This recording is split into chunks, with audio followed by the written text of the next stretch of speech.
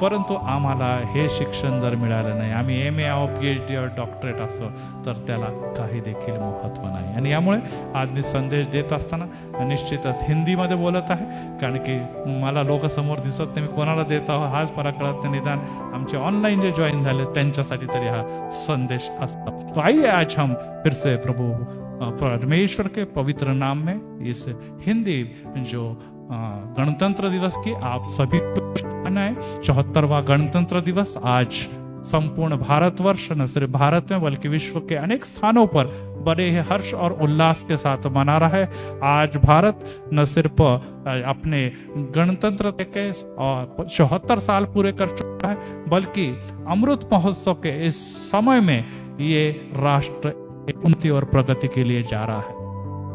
फिर से मैं आपको बताना चाहूंगा कि भारत के जो राष्ट्रीय त्योहार है वो है 15 अगस्त, जिसको हम स्वतंत्रता दिन कहते हैं, और उसके अलावा 26 जनवरी जो आज है और उसे हम कहते हैं रिपब्लिक डे, मराठी में प्रजासत्ताक दिन, हिंदी में गणतंत्र दिवस. और ये सभी राष्ट्रीय त्योहार सिर्फ झंडा सिर्फ एक खुशियां मनाने तक मर्यादित नहीं है, या सिर्फ एक परेड को देखना यहाँ तक मर्यादित नहीं है, या हम कहेंगे कि एक लाउड स्पीकर के ऊपर देशभक्ति या पेट्रियोटिक सॉन्ग लगा देने से तक सीमित नहीं है. तो इसके पीछे की भावना क्या है, इसके पीछे का इतिहास क्या है, ये भी हमें जान लेना बहुत महत्वपूर्ण. और एक भारतीय होने के नाते हमारा उज्जवल इतिहास, हमारे राष्ट्र के जो शहीद लोग हैं, जो स्वतंत्रता सेनानी, उन्होंने अपने बलिदान और कुर्बानियां किस प्रकार से दी, अगर इससे हम परिचित नहीं है तो हमारे दिल में राष्ट्र प्रेम की भावना कभी भी जागृत नहीं हो सकती. और इसे जानने के लिए आज हम यहाँ पर निश्चित ही कुछ समय इस पर विचार करेंगे. आज मैं यहाँ पर एक प्रीस्ट के नाते खड़ा हूँ, लेकिन मैं आपको बड़े ही गर्व के साथ कहता हूँ कि मेरे घराने में 3 पीढ़ियाँ आर्मी में सेवाएं अर्पित कर चुकी हैं. मेरे ग्रैंडफादर ये आर्मी में थे, उसके बाद मेरे 3 अंकल आर्मी में थे, उसके बाद मेरा कजिन जो तीसरी पीढ़ी में वो आर्मी में थे, यहाँ तक कि मेरी मौसी मिसेस हिवाड़े वो भी नासिक जो वहाँ पर कारखाना है जहाँ पर विमान तैयार होते हैं, मिग ओझर जिसे कहा जाता है, वहाँ पर कार्यरत थी. और यहाँ तक कि मैं भी निश्चित इस एयरफोर्स में ले चुन चुका था, लेकिन मेरे घर के लोगों की इच्छा न होने के कारण वहाँ पर कहीं तो भी मर्यादा आ गई. कहने का मतलब है कि हमें राष्ट्र प्रेम से, राष्ट्र के लिए कुर्बानी देने के लिए ओतप्रोत होना आवश्यक. हम किसी भी धर्म के हो, हम किसी भी जाति के हो, ये जरूरी नहीं कि सिर्फ सेना में जाना या आर्मी में जौहर दिखाना. जैसे मेरे ग्रैंडफादर ने चाइना वॉर के अंदर और उसके पश्चात मेरे अंकल्स ने पाकिस्तान वॉर के अंदर जहाँ पर सेना के युद्ध में जौहर दिखाए, तो ये ही दिखाना काफ़ी नहीं, परंतु एक सच्चे देशभक्त होने के नाते देश के संविधान का नियमों का पालन करना, ये भी एक राष्ट्र प्रेम की निशानी है. ये जान लेना बहुत ही महत्वपूर्ण है. मैं भी कभी कभी इस बात से दुखी हो जाता हूँ कि मैं नहीं जा पाया या मैं नहीं पहुँच पाया, लेकिन फिर भी पुणे में आने के बाद मैंने ASPT आर्मी ट्रेनिंग स्कूल में 21 दिन का ट्रेनिंग लेकर एक मेरे दिल को थोड़ी सी राहत दी कि मैं भी कमांडोज के साथ या मैं भी उस प्लाटून में खड़ा होकर उस कुछ सीख सका. लेकिन फिर भी प्रभु यीशु ने मुझे एक सेवकाई दी है, और ये भी सेवकाई जो राष्ट्र के गरीबों के लिए या इस परिसर में रहने वाले जो मसीही समाज के लिए, अगर हम एक सभ्य, एक सुसंस्कृत, राष्ट्र प्रेम से भरे हुए मसीह के रूप में अगर हम मंडलियों को खड़ा कर सकते, तो ये भी राष्ट्र प्रेम का ही कार्य है. तो आइए आज हम फिर से इस गणतंत्र दिवस के बारे में कुछ बातें, महत्वपूर्ण बातें जान ले. रावी नदी के किनारे बसा है पाकिस्तान का लाहौर शहर. 1930 और 26 जनवरी 1930 को यह शहर में पंडित जवाहरलाल नेहरू के अगुवाई में ये निश्चित किया गया कि अब हमें आने वाले दिनों में भारत स्वतंत्र भारत के रूप में चाहिए। आप जानते हैं 1930 में भारत अंग्रेजों की गुलामी में था और उस समय ये निर्णय लेते हुए वहाँ पर झंडा भी पंडित नेहरू जी ने फहराया और इस प्रकार से वो लगभग 20 सालों के बाद 1930 में ये सब प्रक्रिया प्रारंभ हुई, लेकिन 1950 में भारत गणतंत्र दिवस और 1947 में भारत स्वतंत्र हो गया। और इस प्रकार से ये निर्णय लेते समय भारत आज 26 जनवरी 1950 के दिन भारत संप्रभु, समाजवादी, धर्मनिरपेक्ष, लोकतांत्रिक गणराज्य के रूप में घोषित किया गया और अब बताया गया कि यहाँ पर कोई भी बाहरी शक्ति भारत को नहीं चलाएगी। भारतीय लोगों के द्वारा और भारतीय जनता के द्वारा चलाया जाएगा। और इस दिन आज भी आपने देखा होगा कि जो राजपथ पहले कहलाता था अब कर्तव्य पथ नाम से जाना जाता, वहाँ पर जो परेड हुई वहाँ पर भारत के सभी वरिष्ठ अधिकारी और विशेषकर राष्ट्रपति, आप जानते हैं कि उन्हीं का नाम है श्रीमती द्रौपदी मुर्मू, जो आदिवासी तबके से हैं, उन्होंने राष्ट्रध्वज फहराते हुए फिर से सलामी का स्वीकार किया। इस अवसर पर एक जो प्रमुख अतिथि के रूप में एक हमारे बाइबल के महत्वपूर्ण राष्ट्र के प्रमुख वहाँ पर राष्ट्रपति उपस्थित थे और उस राष्ट्र का नाम है इजिप्ट, मिस्र। और उसके राष्ट्रपति जिसके अंतर्गत मिस्र में यहूदी अब इस्राएली लोगों ने गुलामी की 420 साल, उस राष्ट्र के राष्ट्रपति आज के प्रमुख अतिथि के रूप में दिल्ली में मौजूद थे। और इस प्रकार से यहाँ पर इस सेलिब्रेशन के साथ यहाँ पर हम देखते हैं कि प्रजासत्ताक दिन या इस कार्यक्रम का नियोजन किया गया है। इस कार्यक्रम का नियोजन कैसा किया जाता है ये भी हम जान लें कि भारत भर ये कार्यक्रम होते हैं, न सिर्फ वहाँ पर राजपथ पर दिल्ली में बल्कि हर राज्य के राजधानियों में वहाँ के राज्यपाल झंडे का सलामी लेते हैं और वहाँ पर जो लोग हैं या पुलिस है या हम कहेंगे कि वहाँ की जो सेना है वो वहाँ पर परेड करते हुए विशेष कार्यक्रमों का भी नियोजन किया जाता है, जिसमें जल सेना, वायु सेना, थल सेना ये भी भाग लेती है। और वहाँ पर विभिन्न प्रकार की झांकियाँ, आपने प्रोसेशन जिसको कहते हैं, वो भी वहाँ पर दिखाई देते हैं। आप में से अनेकों ने आज अगर परेड देखी होगी या देखने जा रहे होंगे या मेरे पीछे आप अगर परेड को देख रहे हैं तो उसमें आपको अलग अलग राज्यों की झांकियाँ दिखाई देती है, क्योंकि भारत विविध संस्कृतियों से, विविध सभ्यताओं से मिलकर बना हुआ राष्ट्र है और हर सभ्यता एक विशिष्ट लिए हुए हैं और उन सभ्यताओं को दर्शाने के लिए इस परेड के अंदर विविध झांकियां प्रदर्शित की जाती है, जो भारत में विविधता में एकता को प्रदर्शित करती है। हम भले अलग अलग संस्कृति में हैं, लेकिन भारत में हम एक है और सभी भारत पर प्रेम करते हैं। और इसीलिए किसी शायर ने यहाँ पर खूबसूरत कहा है, इतनी सी बात हवाओं को बताए रखना, इतनी सी बात हवाओं को बताए रखना, रोशनी होगी चिरागों को जलाए रखना, रोशनी होगी चिरागों को जलाए रखना, लहू देकर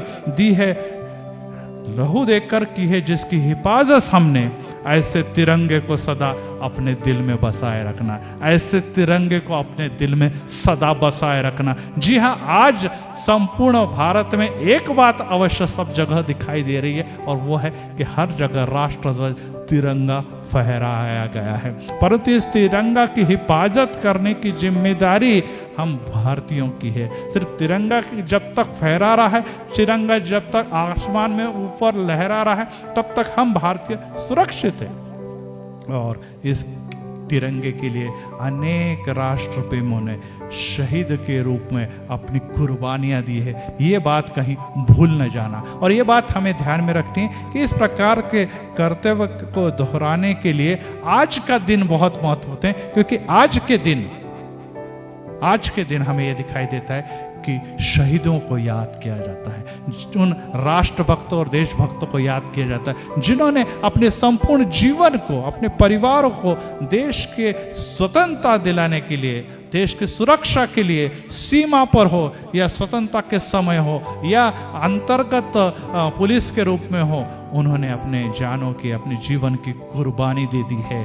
और आज भी आतंकवादियों से लड़ते समय अनेक पुलिस के कहिए या कहेंगे कि सेना या अर्धसेना के लोग अपने जान को निछावर कर रहे हैं। तो ऐसे अवस्था में हमें उन्हें याद रखना है, क्योंकि अगर वे उस रणभूमि में नहीं होते, वे अगर सीमाओं पर नहीं होते, वे अगर रास्ते पर हमारे सुरक्षा अगर रात दिन न करते, तो शायद भारत देश अब फिर से किसी गुलामी में या बड़े संकट में फंस जाता। लेकिन उन्होंने अपने घर से, अपने परिवार, अपने सुख चैन की अपेक्षा देश को प्राथमिकता दी है, और इसीलिए हम आज सुरक्षित चैन से इस देश में निवास करते हैं। इस अवसर पर महावीर चक्र, अशोक चक्र, परमवीर चक्र, वीर चक्र जैसे विविध राष्ट्रीय पुरस्कार भी दिए जाते हैं। लेकिन फिर से मैं आपको एक विषय की ओर ले जाना चाहता हूं, और वो है कि ये जो गणतंत्र दिवस है, इसे मनाने के लिए क्या ऐसी बात जो घटित हुई थी, और ये बात थी जो हम हमेशा याद रखते हैं और बार बार हमें सुनने में आता है कि आज के दिन लगभग 3 साल की प्रक्रिया के पश्चात भारत ने एक संविधान, कॉन्स्टिट्यूशन जिसको कहते हैं, उसे अपनाया, और उसे बनाने के लिए जो अध्यक्ष के रूप में डॉक्टर भीमराव अंबेडकर, जो महाराष्ट्र ने, इन्होंने एक महत्वपूर्ण भूमिका अपनाई है। इसलिए जब जब आप इस बात को देखते हैं कि भारत में संविधान है, भारत में हम सभी कानूनों का पालन करते हैं, तो उसे बनाने के लिए किसी एक महान व्यक्ति का कार्य है, तो वो है अंबेडकर साहब का। और अंबेडकर साहब ने ये सब बनाते हुए लगभग 3 साल मेहनत करने के बाद विविध देशों, विविध राष्ट्रों की कॉन्स्टिट्यूशन के इसने स्टडी की, और भारत के लिए कौन सा योग्य संविधान होगा उसकी निर्मित की गई। और इस संविधान के अंतर्गत अब भारत संप्रभु है, मतलब भारत अपने प्रभुता खुद करता है, वो लोकतांत्रिक है, अर्थात इस पे आज समाज और लोगों का राज्य है। साथ में इसे गणतंत्र बना दिया, मतलब लोग जो अपने जो नेतृत्व को, या हम कहेंगे कि जो हमारे नेताओं को या मंत्रियों को, यहाँ तक कि प्रधानमंत्री को भी चुनने का अधिकार रखते हैं। अर्थात गणतंत्र में ये बात जानी जाती है कि गणतंत्र का अर्थ है कि जनता के द्वारा जनता पर शासन करना, जनता के द्वारा जनता पर शासन करना। दूसरी भाषा में कहेंगे कि हमारे जो कुर्सियों पर बैठे हुए नेतागण हैं या मंत्री है, वो हमारे चुने हुए लोग हैं। ये बात अलग है कि वो हमारे को या हमारे व्यक्तियों को कई बार भूल जाते हैं पदों पर बैठने के पश्चात, लेकिन फिर भी चुनना हमें ही होता है। और इसीलिए आज के दिन उन असंख्य वीरों के जीवन की आहुतियों को याद करते समय इन देशभक्तों के स्थान पर आए हुए नेतृत्वों ने, जिसे हम मंत्री कहते हैं, जिसे हम शासन करने वाले जो हमारे एमएलए है, एमपी है, उन लोगों ने इस बात को जान लेना है कि ये हमें आसानी से प्राप्त नहीं हुआ है। इसके लिए अनेक कुर्बानियां, अनेक सालों को लड़ने के पश्चात हमें है प्राप्त हुआ है। अब हमें जिन लोगों के ऊपर शासन करना है, उन लोगों की सुविधाओं के लिए, उनके हित के लिए, उनकी भलाई के लिए कार्य करना है। परंतु हमें अनेक बार ऐसा दिखाई देता है कि वे शासन लोगों पर करते हैं, लेकिन जेब अपनी भरते हैं। इसीलिए भ्रष्टाचार बढ़ता हुआ हमें इन दिनों में दिखाई देता है। और इसीलिए अगर हम कहेंगे कि 26 जनवरी क्यों मनाते हैं, तो 26 जनवरी के लिए भारत आज विश्व में एक सबसे बड़ा लोकतांत्रिक देश है, न सिर्फ लोकतांत्रिक पर सबसे बड़ी जनसंख्या वाला देश है। लेकिन पिछले कुछ सालों में हमने देखा कोरोना के पश्चात भारत की बहुत बड़ी मिडिल क्लास जो थे वो अब नीचे चले गए, मतलब गरीबों में पहुंच गए। बहुत बड़ा नुकसान आर्थिक क्षेत्र में हुआ। अभी वर्षा के कारण बहुत सारे किसानों का बड़े पैमाने पर नुकसान हुआ, बेरोजगारी बढ़ गई, लोगों की नौकरियां जाती रही, व्यवसाय में मंदी आ गई और ऐसे अवस्था में हमें अनेक कठिनाइयों का सामना जरूर करना पड़ रहा है। फिर भी हम कहेंगे कि इतनी बड़ी 140 करोड़ की जनसंख्या को चलाना, इस राष्ट्र को चलाना आसान बात नहीं है। फिर भी अन्य राष्ट्रों के मुकाबले आज भी हम निश्चित सुरक्षित बने हुए हैं और इसीलिए आज के दिन हम निश्चित इस गणतंत्र के जनता को तो सलामी देते ही हैं, परंतु जनता को स्वतंत्रता दिलाने वाले शहीदों को भी सलामी देना ये हमारा कर्तव्य है। और सबसे महत्वपूर्ण बात यह है कि लोकतंत्र को परिपक्व बनाना, मैच्योर बनाना, ये अब भारतीयों के लिए महत्वपूर्ण जिम्मेदारी है। और सबसे पहले मैच्योरिटी, जैसे मैंने शुरू में बताया कि अगर आपको परिपक्व बनाना है तो हमें दो बातें जरूरी है कि हमारा शिक्षा को हमें ज़्यादा से ज़्यादा लोगों को शिक्षित बनाना चाहिए, क्योंकि शिक्षित व्यक्ति अपने अधिकारों के प्रति, शिक्षित व्यक्ति अपने कार्यों के प्रति, शिक्षित व्यक्ति अपने जीवन के प्रति गंभीर होता है और वो अपने अधिकारों को जानता है और अधिकारों का उपयोग कैसे करना है ये भी मानता है। और इसीलिए शिक्षा, ये लिटरेसी हमें बढ़ाना अनिवार्य है। आज ये बढ़ती जा रही है लेकिन फिर भी आज भी भारत में बहुत सारे अशिक्षित है। दूसरी बात, शिक्षित होने के बावजूद हमें जो मतदान का अधिकार दिया है उससे योग्य नेतृत्व को चुनना भी जरूरी है। और ये अगर हम कर पाते हैं तो अगर निश्चित ही अगर हमें दिखाई देता है कि अच्छे कार्य करने वाले, देश के लिए समर्पित ऐसे नेतागण उस कुर्सियों पर बैठते हैं या पक्ष वहाँ पर कार्य करते हैं, तो आने वाले दिनों में हमें ये दिखाई देगा कि हम भारत में निश्चित ही जो भ्रष्टाचार है, जो मतभेद है और जो जातिवाद है उसको दूर करने में सक्षम होंगे। सबसे महत्वपूर्ण एक समस्या भारत में आज भी बनी हुई है कि जाति भेद है। आज भी लोगों से लड़ाकर शासन करने की प्रवृत्ति बढ़ते हुए दिखाई दे रही है। अल्पसंख्यकों को पीछे खींचकर जो बहुसंख्यक के उन लोगों को मान्यता देकर किसी तरह से कुर्सियों पर बैठने की प्रवृत्ति दिखाई दे रही है। और इसके द्वारा क्या हो रहा है, देश में अशांति का वातावरण है।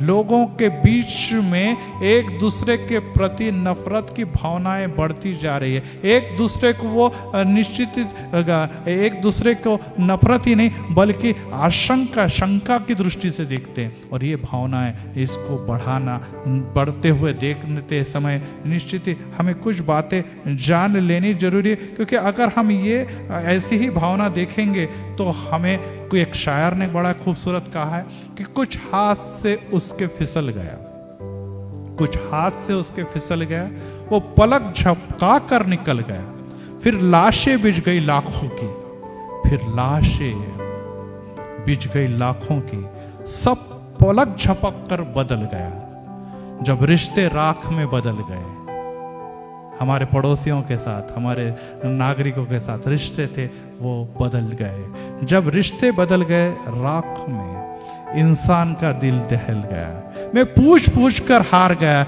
मैं पूछ कर हार गया, क्यों मेरा भारत इतना बदल गया, क्यों मेरा भारत इतना बदल गया। जो प्रेम से, जो एक दूसरे के सुख दुख में साथ देने वाले भारतीय, वे एक दूसरे के शत्रु कब और कैसे बन सकते हैं। और ये कौन लोग हैं जो हमें एक दूसरे के विरुद्ध भड़काकर अपनी रोटियां सेक रहे हैं। और इसके बारे में कवि ये कहता है कि जब रिश्ते राख में बदल गए तब इंसान का दिल दहल गया।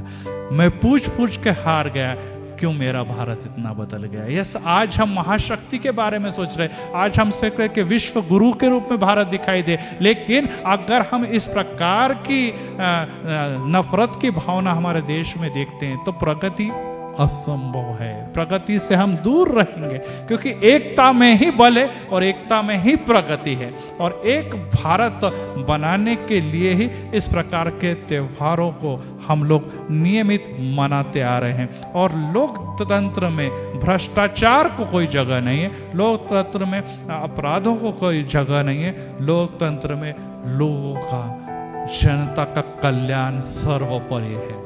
अगर हम लोगों का कल्याण नहीं कर पाए, और हमने कितने भी कारखाने खोल लिए, हमने कितने भी इंडस्ट्री खोल ली, परंतु लोग गरीबी और गरीबी की तरफ ही जा रहे हैं, भ्रष्टाचार निरंतर बढ़ते जा रहा है, तो हम ये कभी भी नहीं सोचते कि भारत निश्चित एक महासत्ता बन जाएगा। क्योंकि यहाँ पर हमें शोषण, गरीबों का शोषण, दुर्बल घटकों का शोषण दिखाई दे रहा है, जो किसी भी सभ्य राष्ट्र के लिए सम्मान की बात नहीं।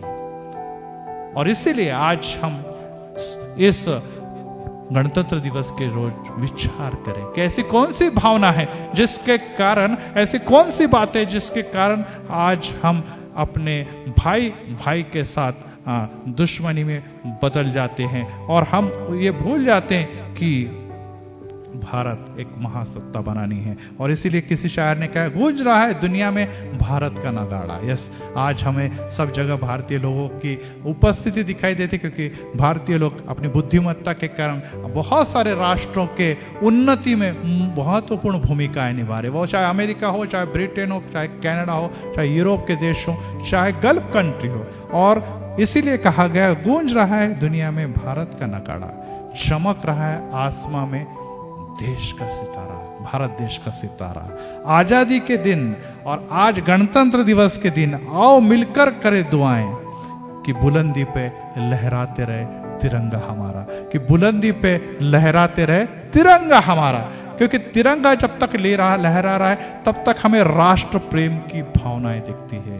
और याद रहे, इस तिरंगे को फहराते रखने के लिए जिस प्रकार से भूतकाल में स्वतंत्रता सेनानियों ने अपने जीवन को बलिदान दे दिया, जीवन को समर्पित कर दिया, वैसे आज इस झंडे को फहराने के लिए सीमा पे सैनिक कार्य कर रहे हैं। आज इस झंडे की सुरक्षा के लिए हमारे अंतर्गत पुलिस व अर्धसेना काम कर रही है। इस झंडे को ऊंचा उठाने के लिए आज हम देख ले रहे हैं, हमारे कृषि या कृषक लोग कार्य कर रहे हैं, खेती का कार्य हो रहा है। आज हमारे विविध इंडस्ट्री जो है वो विश्व में कार्य करते समय अपने इस झंडा को उठा रही है। विविध खेलों में भारत देश का नाम है, और भारत के साइंटिस्ट ये भी इस पीछे नहीं है, वे भी इसको ऊंचा उठाने का कार्य करें। ऐसे समय में उनको साथ देने के लिए हम सब की योग अपनी जो भी हमें प्राप्त तकनीक है, दूसरी भाषा में हम कहेंगे कि हमें जो कोई सुबुद्धि है, उसका उपयोग करना बहुत ही महत्वपूर्ण है। जैसा कि मैंने आपको शुरू में बताया कि 1930 में 26 जनवरी के दिन यह निर्धारित किया गया कि भारत को स्वतंत्र करना है। और उसके 20 साल के बाद बरोबर 26 जनवरी ही तारीख क्यों चुनी, तो उसका उत्तर यहीं पे मिल जाता है कि जो 30 साल पहले निर्णय लिया था, उसकी पूर्तता आज गणतंत्र दिवस के दिन हमें स्वतंत्रता मिल चुकी है, उस दिन पूरी हुई दिखाई दी। और उस दिन पहले भारत के राष्ट्रपति डॉक्टर कौन है बताइए? राजेंद्र प्रसाद। इन्होंने राष्ट्रपति के पद पर का निश्चित वहां पर स्वीकार किया, राष्ट्रपति के पद पर वो आसीन हो गए। और इस प्रकार से पहले राष्ट्रपति भारत को 1950 में प्राप्त। 1947 में भारत के पहले प्रधानमंत्री सम्मान्य कौन थे?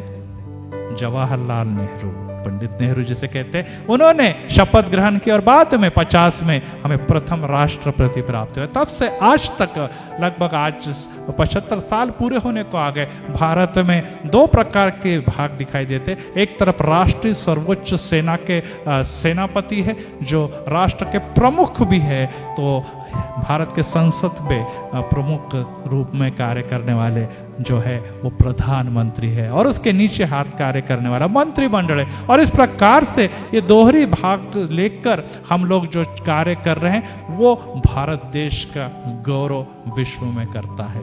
आज आजू बाजू के राष्ट्रों की अगर हम देखेंगे तो वहां पर एक दूसरे पर जुल्म सितम ढाए जा रहे हैं। परंतु भारत में आज भी गरीबों के लिए और गरीबों के लिए योजनाएं बनाई जा रही हैं। इसलिए हमें ये बात जान लेनी है कि अगर हमें आकाश में बढ़ना है, अगर हमें उन्नति करना है, तो हमारे राष्ट्र की उन्नति महत्वपूर्ण है। क्योंकि हमारी अगर उन्नति हो गई परंतु राष्ट्र की उन्नति नहीं हुई तो हम ये नहीं कह सकते। विशेष करके कोरोना के बारे में अगर हम विचार करें, अगर मैं सुरक्षित हूं परंतु मेरा पड़ोसी अगर कोरोना से ग्रस्त है, मैं सुरक्षित हूं परंतु मेरे पुणे में अगर कोरोना फैला है, तो मैं कितने दिन तक सुरक्षित रहूंगा?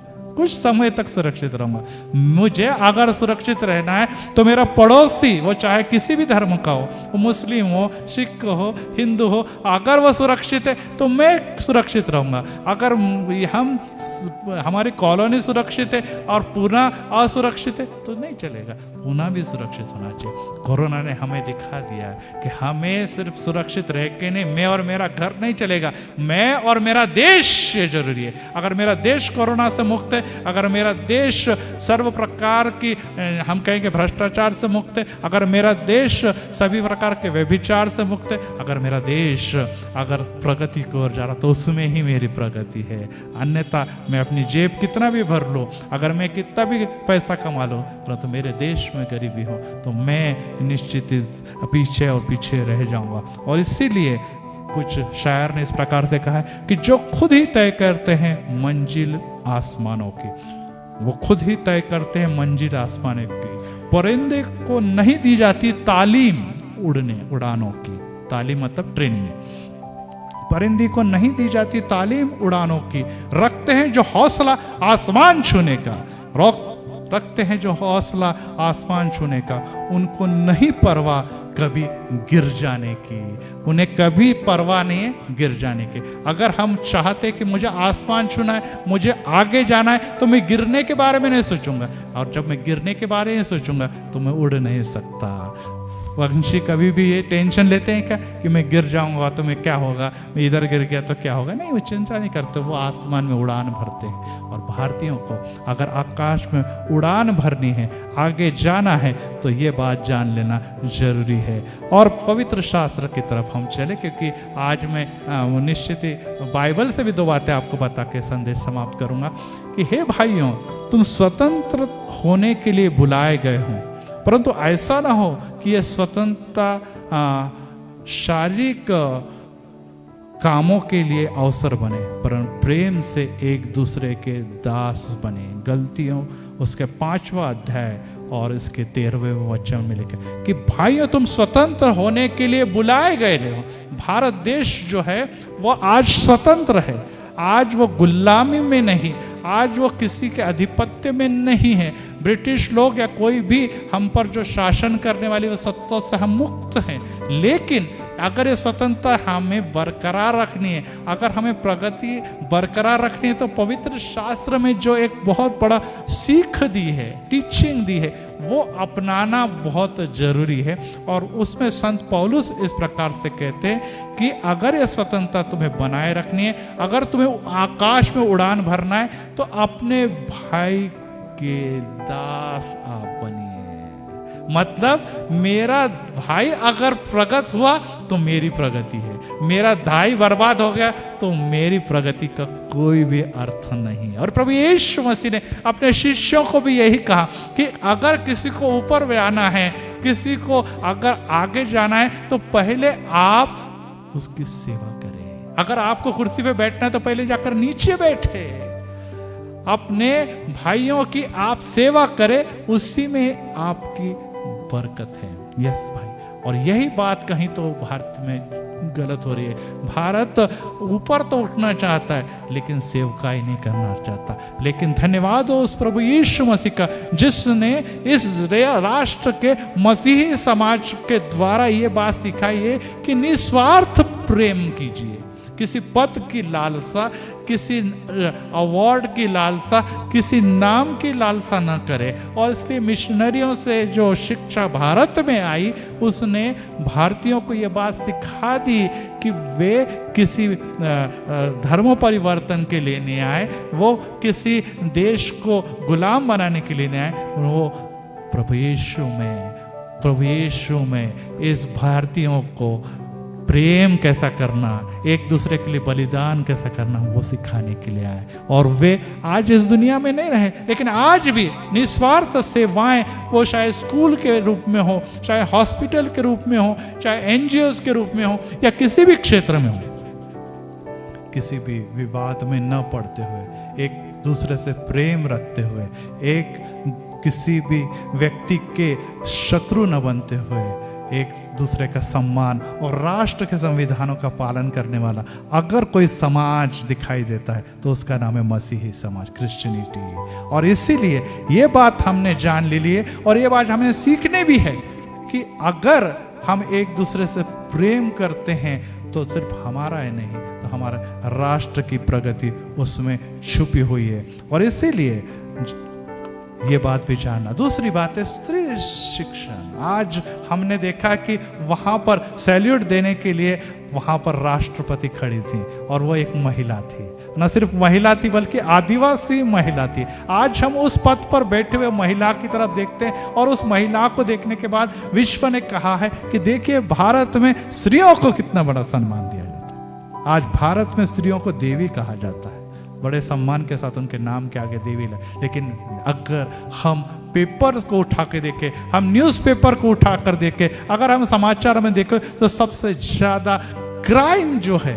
वो महिला उत्पीड़न के बारे में दिखाई देता है। आज महिलाएं, आज स्त्री निश्चित ही सुरक्षित नहीं है, ये बात बार बार हमें दिखाई देती है। न सिर्फ गांव में बल्कि दिल्ली जैसे राजधानी के शहर में भी महिलाओं पर किस प्रकार के अत्याचार हो रहे, इससे कोई भी अवगत नहीं। ऐसा नहीं हो सकता जब तक भारत की आधी जनसंख्या, मतलब 140 करोड़ में से 70 करोड़ महिलाएं हैं, अगर वो सुरक्षित नहीं हैं, उनकी प्रगति में अगर बाधाएं हैं, उन्हें घर से बाहर निकलने में कठिनाई होती, तो वो भारत सुरक्षित भारत नहीं कहला सकता। हम उन्हें पद दे दे, उन्हें कुर्सी दे दे, उन्हें कितना भी देवी करके सम्मान करें, परंतु सही में एक स्त्री को बराबरी का दर्जा दिया है क्या? लेकिन हम अगर मसीही समाज की तरफ देखें, क्रिश्चियनिटी की तरफ देखें, तो आज भी महिलाओं को एक उत्तम दर्जा, एक उत्तम स्थान ख्रिस्ती समाज में, मसीही समाज में है। और ये बात छुपी हुई नहीं है, ये गुप्त नहीं है कोई भी। सभी लोग जानते कि मसीही समाज ने ही महिलाओं को आगे लाने में महत्वपूर्ण भूमिका न सिर्फ विश्व में दिखाई बल्कि भारत में भी दिखा रहा है। तो ये बात सही समाज से सीखने की आवश्यकता है कि महिलाओं की प्रगति उनके हाथों में बनी रहे। महिलाओं की प्रगति अर्थात घर की प्रगति है, महिलाओं की स्वतंत्रता अर्थात पूरे परिवार और देश की प्रगति है। तो ये बात भी हमें मसीह समाज से सीख लेनी जरूरी है। और ये बात अगर हम करते हैं तो हमें निश्चित ही आने वाले दिनों में प्रगति दिखाई देने वाली है। तो हम लोग जब इस बातों को देखते हैं तो ये बात भी हम जान लेना है कि हमें भारतीयों को इस दिन में महिलाओं के बारे में, गरीब तबकों के बारे में, पिछड़े वर्ग के बारे में, साथ में जो किसानों के बारे में सोचना अनिवार्य है। न सिर्फ शहरों में रास्ते बना दें, बड़े बड़े कारखाने खोल देना काफ़ी नहीं है, परंतु जो उत्पीड़ित लोग हैं, जो आवश्यक है, उन लोगों तक आज भी बिजली, आज भी पानी, आज भी नौकरियां नहीं पहुंच रही है। और ऐसे अवस्था में हम कैसे मान ले कि भारत देश एक प्रगत देश बन जाएगा? और इसीलिए जब तक हम उस मूलभूत आवश्यकताओं को, जिसे कहते हैं रोटी, कपड़ा और मकान, प्रत्येक भारतीयों तक नहीं पहुंचा सकते, तब तक हम प्रगत नहीं होंगे। यस, वो समय था जब 1947 में भारत स्वतंत्र हुआ, तो वहां पर सुई भी, जिससे हम कपड़े सिलते, वो सुई भी विदेशों से आयात की जाती थी, इंपोर्ट की जाती थी, उतनी भी कुछ नहीं बनता था। परंतु आज अगर हम भारत की तरफ देखें तो वायुयान से लेकर रॉकेट और सैटेलाइट से लेकर बड़े बड़े कारखाने, और आज आपने जब ये परेड देख रहे हैं, वहां पर सभी प्रकार के हथियार, जहाज, मरीन, सबमरीन, ये सब भारत देश खुद बनाता है। और इसके द्वारा भारत आत्मनिर्भरता की ओर लगातार बढ़ रहा है। यस, लेकिन इस अवस्था में एक बड़ी समस्या हमारे सामने ये भी खड़ी है कि भारत की बढ़ती हुई जनसंख्या और बढ़ती हुई जनसंख्या के लिए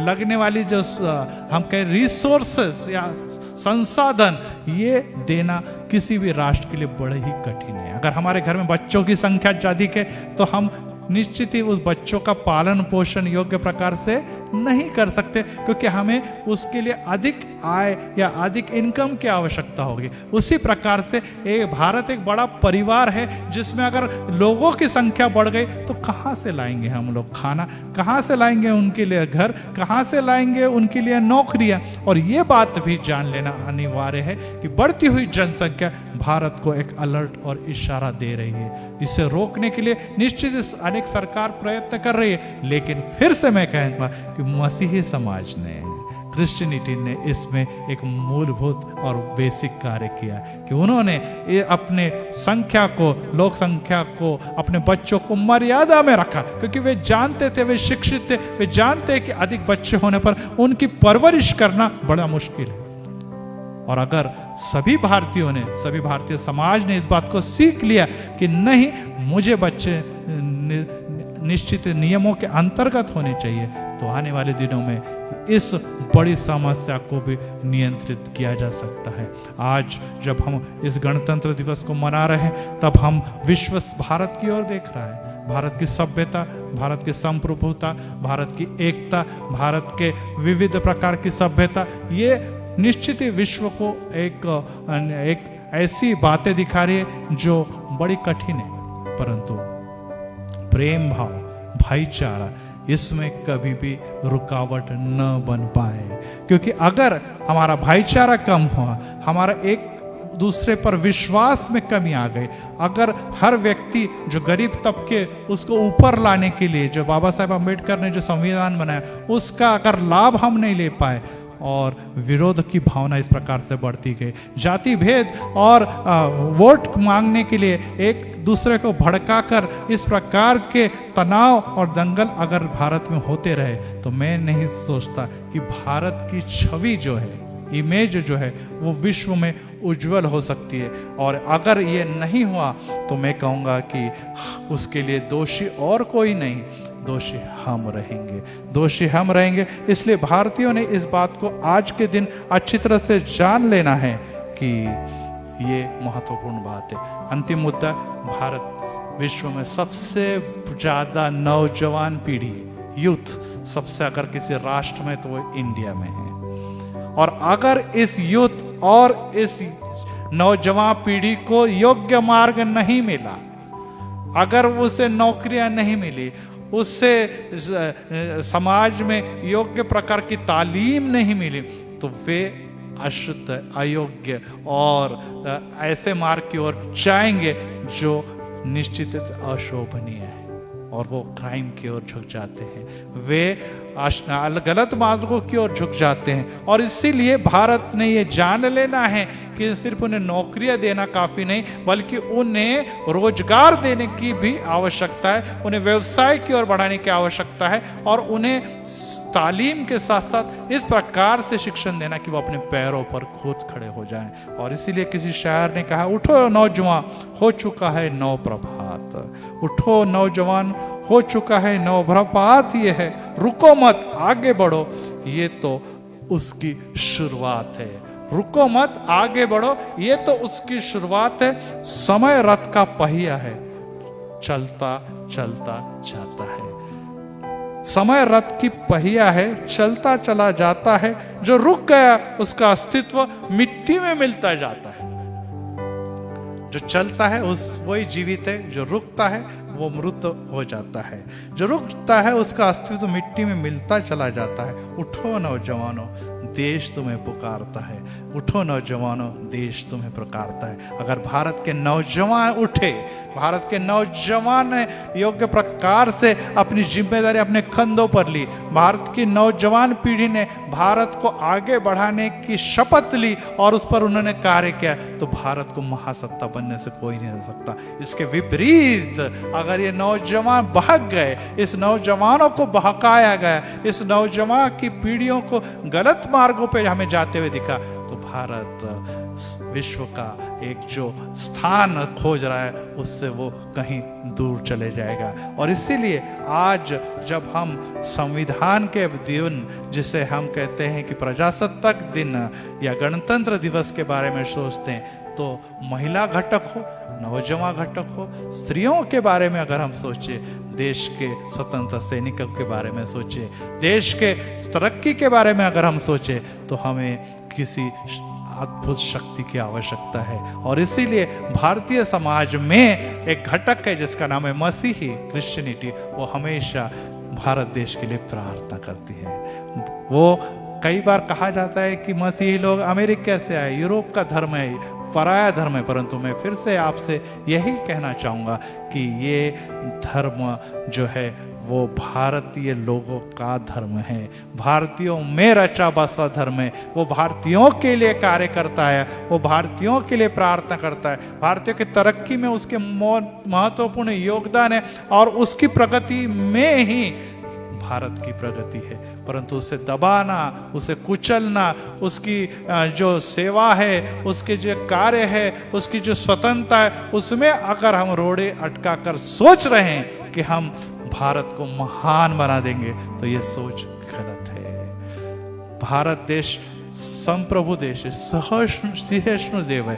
सहिष्णु का मतलब है कि वो सभी का सम्मान करने वाला देश है। अल्पसंख्यक को दबाकर, अल्पसंख्यक को कुचल कर कोई भी देश महान कभी भी नहीं बन पाया है। और इसीलिए आज के दिन जब हम इस संविधान के प्रजासत्ताक दिन है या हम गणतंत्र दिवस के बारे में सोच रहे हैं, तो हम उस भारत देश के लिए प्रार्थना करें कि प्रभु यीशु इस राष्ट्र को आप सुरक्षित रखें, प्रभु यीशु इस राष्ट्र को आप महान बनाएं, प्रभु यीशु इस राष्ट्र में शांति बनी रहे, प्रभु यीशु इस राष्ट्र की सभी भ्रष्टाचार और सभी प्रकार की अयोग्य शक्तियों को आप बंद करें और इस राष्ट्र को उज्जवल ऐसा राष्ट्र बने। आइए हम प्रार्थना करें। प्रभु जी, हम धन्यवाद देते हैं कि आज है 26 जनवरी। आज इस गणतंत्र दिवस के अवसर पर इस वीडियो के द्वारा और इस संदेश के द्वारा फिर से हम इस चर्च के द्वारा, इस कलीसिया के द्वारा भारत को